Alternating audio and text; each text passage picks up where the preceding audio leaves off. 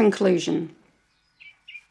Extraordinary people are ordinary people making extraordinary decisions.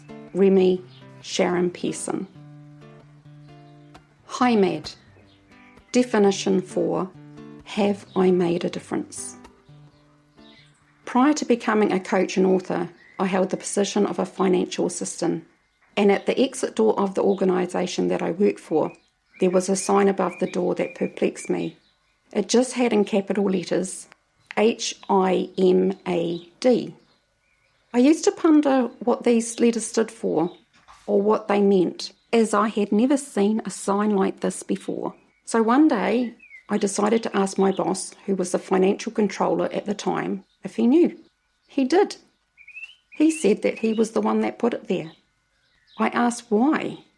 Because, he said, it doesn't matter what role we play in our workplace, but what matters is that we are working as a team to achieve the same goals. He put that sign there so that when he left the building each night, he would ask himself, have I made a difference to everyone's lives with the decisions and actions I made today? I was actually left speechless, and true to his words, he did make a difference, because he died at a young age in his early 50s, and the people that spoke and attended his funeral said it all. So I want to follow in his footsteps. I want my legacy to be that, in some small way, I have made a difference to anyone that has lost a child or has a wounded inner child, that I could bring a little bit of peace and comfort to their pain. Maya Angelou said, under every cloud is a rainbow, which is true. Do we want to focus on the rain cloud or the rainbow? Seek and appreciate all the small moments. I've been asked, if I had the choice of never having Emma at all, or only having her for 5 months, what would I choose? The answer is really simple. I would never wish the death of a child on my worst enemy. But hands down, I am so grateful and so thankful for those precious 5 months that I had her. She taught me so much in her short life. She taught me about determination, courage, strength, and to never give up. She also taught me so much about myself, that I am strong, kind, lovable, empathetic, and courageous, even on my darkest days. That I am worthy of love and have so much love to give. My words of advice. Never take your loved ones for granted. Tomorrow is never guaranteed. Love them like it is the last day you will have with them. Treasure the good times and the bad times. Practice mindfulness. Mindfulness is not looking in the past or looking in the future. It is being in the moment today, being present right now.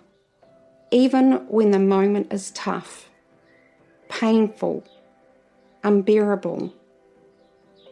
What is this moment teaching you about you and others? How can you grow from this experience? You are living and breathing now. Appreciate every moment right now.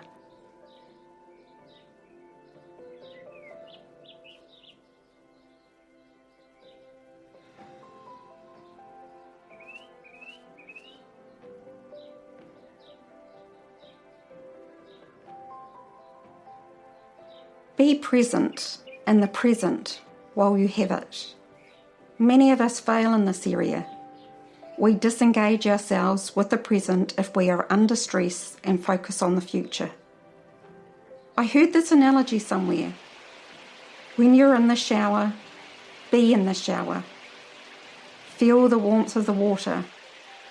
Feel your hands massaging the shampoo into your scalp.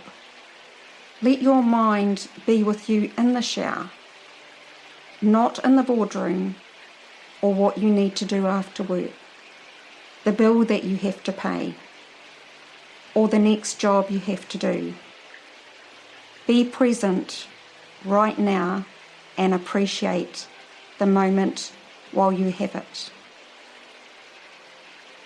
What took me a long time to learn and feel? that I am lovable and worthy of love, that taking care of myself and my needs is not selfish. In fact, not taking care of myself is self-abandonment or self-betrayal. It is one thing to have people in your lives betray you, but it is another thing for you to betray yourself. My biggest learning. This was really tough for me. Life. Stop being fixed about how life should be. You must go with it. Life is fluid more than ever. You can't change the event, but you can choose how to respond to it. This includes letting go of how life should be and any resentment, and focusing on healing, growing, and taking care of myself so I can embrace life and create a positive energy around me instead of a negative one. We are all a work in progress. Focus on your strengths and the persons that you are becoming. As Brother David Steindl-Ross said, the most important thing to remember is what happens to you is much less important than how you respond to what happens. That determines your life. It is not the things that determines what happens in your life. It is how do I respond to it. Remember my mantra about Emma. We have a choice. I am living for you, not dying because of you. Love, Wendy B. And wait for it. The surprise.